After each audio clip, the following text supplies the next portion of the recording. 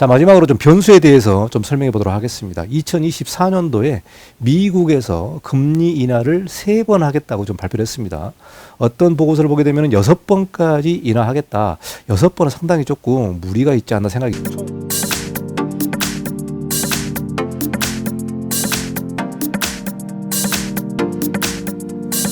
네, 안녕하십니까. 이관영 건축사입니다. 이번 시간은 서울 집값에 대해서 여러분과 같이 뉴스를 좀 공유해 보도록 하겠습니다.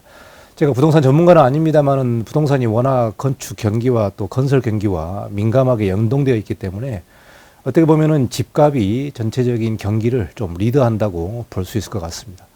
뭐 올해 이상하게 경기는 안 좋았습니다만은 집값이 조금 많이 올랐죠. 올랐는데 또 이번에는 집값이 좀 많이 떨어진다는 그런 뉴스가 있습니다. 그래서 2024년 상반기 무려 3% 이상이 하락할 것이다. 이런 뉴스가 나와 있어서요. 이 뉴스를 여러분과 같이 좀 공유해 보도록 하겠습니다. 그리고 또 오늘 한국부동산원에서 뉴스를 좀 발표했기 때문에 전반적으로 이 경기 흐름이 어떻게 지나가는지 또 2024년도 이 부동산 경기가 어떻게 갈지 좀 살펴보도록 하겠습니다. 자, 오늘 뉴스를 보니까요. 1억 넘게 떨어졌는데 쳐다도 안 봅니다. 그리고 집주인들은 노심초사다. 이게 오늘 뉴스가 나와 있고요. 자, 집값이 2차 조정기로 들어갔지 않았느냐. 그래서 서울 실거래가 지수가 올해 처음으로 하락했다. 이 부분이 오늘 언론을 좀 많이 달군 것 같습니다. 그래서 17일 날 한국부동산원에 따르면 10월 달에 서울 아파트 실거래가 지수가 전월 대비 0.08%가 하락됐기 때문에 올해 들어서 처음으로 하락으로 전환했다. 그래서 이 지표가 하락 압력을 좀 받고 있다. 이런 뉴스가 나온 것 같습니다. 자, 시장에서는 집주인들이 호가보다 5천만 원에서 2억 원 이상 가격을 낮춰서 급매물이 쏟아져 나오고 있지만 잘 팔리지 않는 상황이다. 이렇게 말하고 있고요. 이 부동산 거래 또 경매 전반적으로 이 부동산 지수가 상당히 좀 안 좋습니다. 그래서 하반기 들어서 하락 국면으로 접어들었다는 뉴스가 많은 것 같습니다. 자, 그러면 2024년도 서울 집값입니다. 서울 집값에 관련된 설문조사를 좀 보도록 하겠습니다. 자, 오늘 서울경제신문에서 나왔는데요. 서울경제에서 의뢰해서 건설주택포럼 그리고 건설주택정책연구원이 있습니다. 이렇게 공동으로 설문조사를 했는데요. 부동산 전문가 50인에게 설문조사를 했습니다. 뭐 최근 유튜브 보면은 부동산 전문가들이 나와서 내년에 하락이다, 보합이다, 또 상승이다 이렇게 여러 가지 예측이 나오고 있는데 부동산 전문가 50명에게 설문조사를 한 것 같습니다. 자, 그래서 고금리와 PF 부실의 2차 조정이 올 수밖에 없다. 이런 뉴스가 나와 있고요. 자, 부동산 전문가 50인의 70%가 서울 집값이 약세다.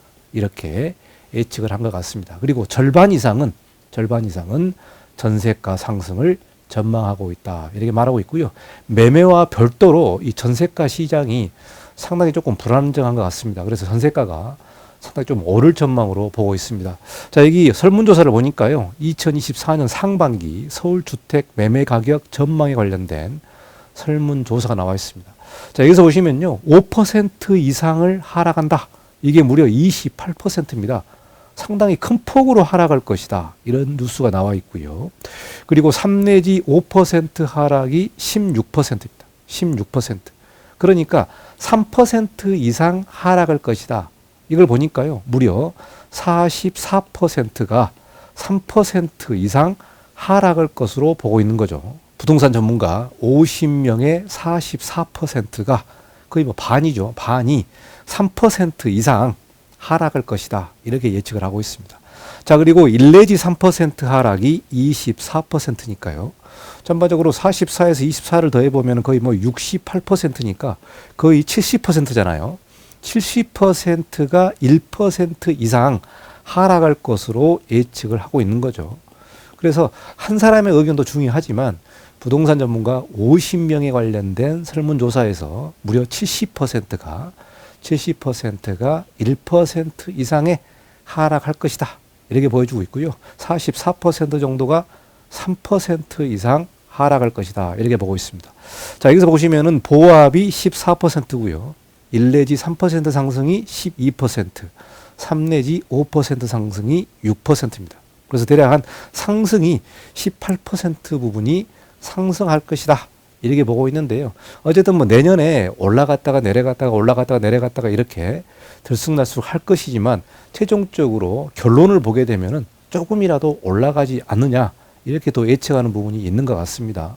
이게 뭐 이제 금리 인하하고 연동되어 있기 때문에 아무래도 하반기 때는 조금 좋아지지 않겠나. 이게 한 18%가 상승을 예측하고 있는 것 같습니다. 자, 그런데요, 2025년까지 침체가 계속될 것으로 본 전문가들도 무려 36%가 됐습니다. 36%. 그러니까 최근 보면은요, 뭐 고금리, 특히 또 PF 부실, 또 PF 같은 경우는 내년에 정리를 한번 한다고 이렇게 말을 했기 때문에 내년에 좋은 그러한 내용들이 없기 때문에요. 전반적으로 내년도 어려울 것이다. 이렇게 예측하는 부분들이 상당히 좀 많은 것 같습니다. 그래서 내년도 이렇게 어려울 것이다. 하락 국면으로 접었기 때문에 내년도 상당히 어려울 것이다. 70%가 서울 집값이 약세면은 전반적으로 다 침체라고 좀 볼 수가 있겠죠. 그래서 내년 준비를 좀 잘 하셔야 될 것 같습니다. 자, 이 부분은 2023년 10월 30 동아일보 뉴스가 되겠는데요. 서울 아파트 매매 가격 전망 지수가 10월 달에 100 이하로 떨어졌습니다. 98로 떨어졌는데요. 7월까지 100 이하였는데요. 이게 쭉 상승을 하다가 8월 달, 9월 달에 이렇게 조금 100을 넘은 것 같습니다. 기준선이 100보다 낮을수록 집값이 하락한다고 전망하는 현장 공인중개사 사무소가 많다는 의미다. 즉 공인중개사 사무소를 대상으로 해서 매매가격 전망지수를 살펴보니까 10월 달에 98로 꺾인 부분이죠. 이게 이제 11월, 12월로 계속 꺾여진다고 예측을 하는 것 같습니다. 자, 그리고 전국 주요 50개 아파트 단지의 매매가 변동률을 조사한 게 나와 있는데요. 상위 50개 단지의 전월 대비 매매가 변동률을 보니까요. 10월 달에도 0.72로 좀 감소를 했습니다. 거의 뭐 똑같은 그래프를 보여주고 있는데요. 이렇게 상승을 했다가 10월부터 좀 꺾어진 부분을 보여주고 있기 때문에 특히 동아일보 뉴스를 보게 되면은 금리가 상당히 조금 중요한 영향을 미치고 있다. 이렇게 볼 수 있을 것 같습니다. 자, 2023년 12월 14일 뉴스인데요. 서울 아파트값이 하락폭이 커졌다. 그래서 뭐 구로구나 강북, 또 동작, 서초구가 상당히 좀 약세 국면으로 접어들었다고 말을 하고 있고요. 17일 날 한국 부동산에서 발표한 실거래가 지수가 하락 국면으로 접어들었다고 얘기하고 있습니다. 자, 동아일보 뉴스를 보니까요. 신규 주택 대출 금리가 오르며 실수요자들이 선뜻 매수 결정을 내리지 못하고 있는 것 같다. 이렇게 예측하고 있고요. 현 금리 수준이 유지된다면 집값이 더 오르기는 쉽지 않을 것이다. 이렇게 투자자문 대표가 인터뷰를 한 것 같습니다. 그래서 현재 금리가 상당히 좀 민감하게 영향을 미치고 있죠. 전반적으로 이 건축, 부동산, 건설, 금리 부분이 상당히 좀 높기 때문에 금리가 현재 수준으로 유지된다면 집값이 더 오르기는 쉽지 않다. 이렇게 예측을 하고 있습니다. 자, 대한건설 주택정책연구원에서 매달 주택시장 동향을 발표하고 있습니다. 그래서 10월 달 주택시장 동향이 11월 27일 날 발간을 했는데요. 여기 뉴스에서 건설시장 동향을 간략하게 좀 살펴보도록 하겠습니다. 자, 건설시장 동향은 건축 허가와 착공 동반의 위축으로 침체 심화가 지속되고 있다. 그래서 침체가 더 깊어지고 있다라는 건설시장 동향을 말을 하고 있습니다. 자, 주택시장 침체 여파로 인한 부동산 시장 위축은 지속되고 유지되고 있다. 그래서 2023년 3, 4분기의 기준으로 전년 동기 대비 인허가 면적은 32.8%가 감소를 했고요. 착공 면적은 44.2%가 감소했습니다. 그래서 3분기에 인허가 면적과 착공 면적을 보게 되면은 둘 다 매우 감소를 했는데 우리가 중요한 부분이 바로 착공 면적이죠. 착공 면적은 그만큼 실제로 공사하는 부분이니까 착공 면적도 많이 줄었다. 이렇게 보고하고 있습니다. 자, 이어서 보고서를 보면은 건설 원가 상승과 고금리 부담에 더해서 수요가 불확실성이 높다. 그리고 이런 부분들이 복합적으로 작용하고 있어서 허가보다 착공 감소폭이 더 커지고 있는 패턴은 주택시장이나 건설시장이나 동일하게 흘러가고 있다. 이렇게 얘기하고 있고요. 특히 중요한 부분이 건설 공사비가 너무나 올랐다. 고금리가 부담된다. 그리고 수요가 불확실하다. 이런 부분들이 복합적으로 작용해서 착공을 미루고 있다. 이렇게 볼 수 있을 것 같습니다. 자, 건축 허가 면적과 착공 면적은 동일한 패턴을 보이면서 변동하고 있다.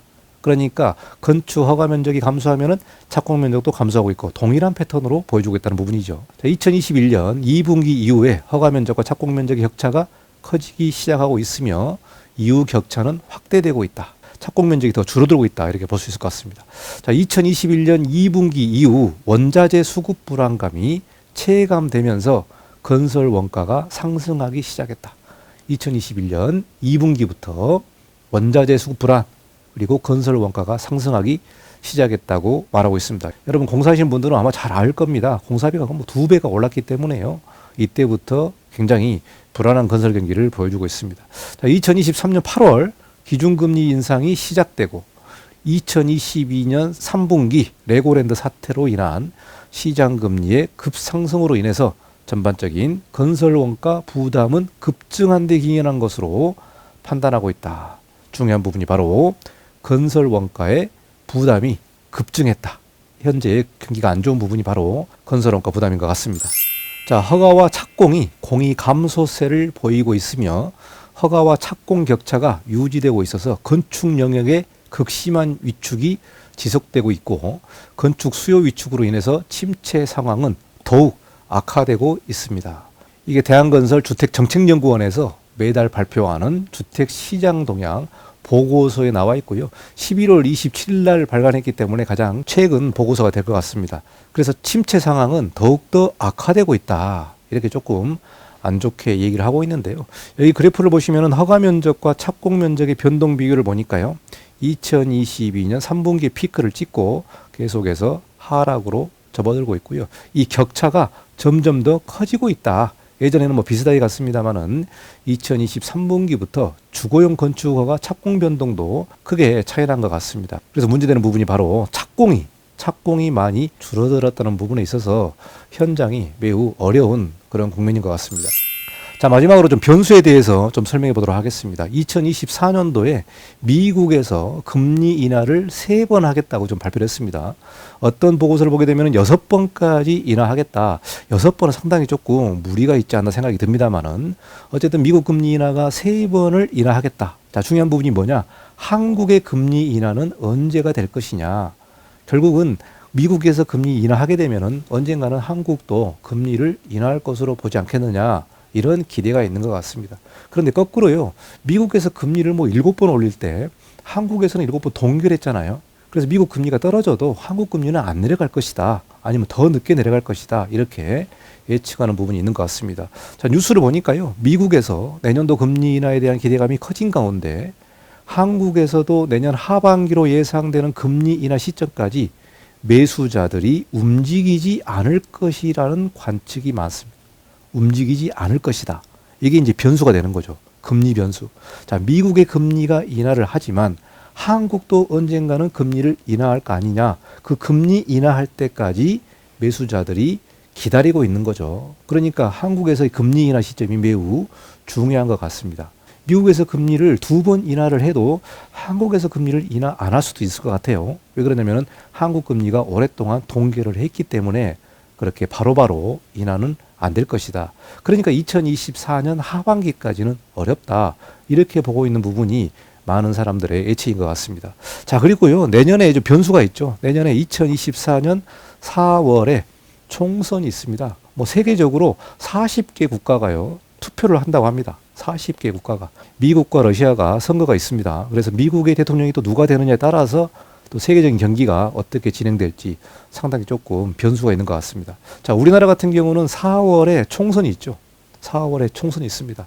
사실 뭐 올해 상당히 좀 어려웠습니다만은 올해 이렇게 잘 버티고 무너지지 않게 이렇게 잘 막은 이유는 아마 내년 4월 총선과 연동이 있을 것으로 봅니다. 그래서 내년 총선을 전후해서요. 정부가 본격적으로 부실 PF 사업을 정리하겠다. 자, 부실 PF 사업을 정리하게 되면은 주택 시장에도 영향을 미칠 거 아니냐. 그래서 주택시장도 심리적인 간접 영향권에 놓일 수밖에 없을 것이다. 이렇게 얘기하고 있고요. 전반적으로 뭐 주택정책이라든가 또 오피스텔이라든가 도시생활주택의 주택수 포함 여부 이런 부분들도 뭐 총선하고도 연동이 되어 있을 것 같습니다. 그래서 4월 총선의 결과가 어떻게 나오느냐 따라서 앞으로 부동산 정책도 조금 요동이 있지 않겠나 예상이 듭니다.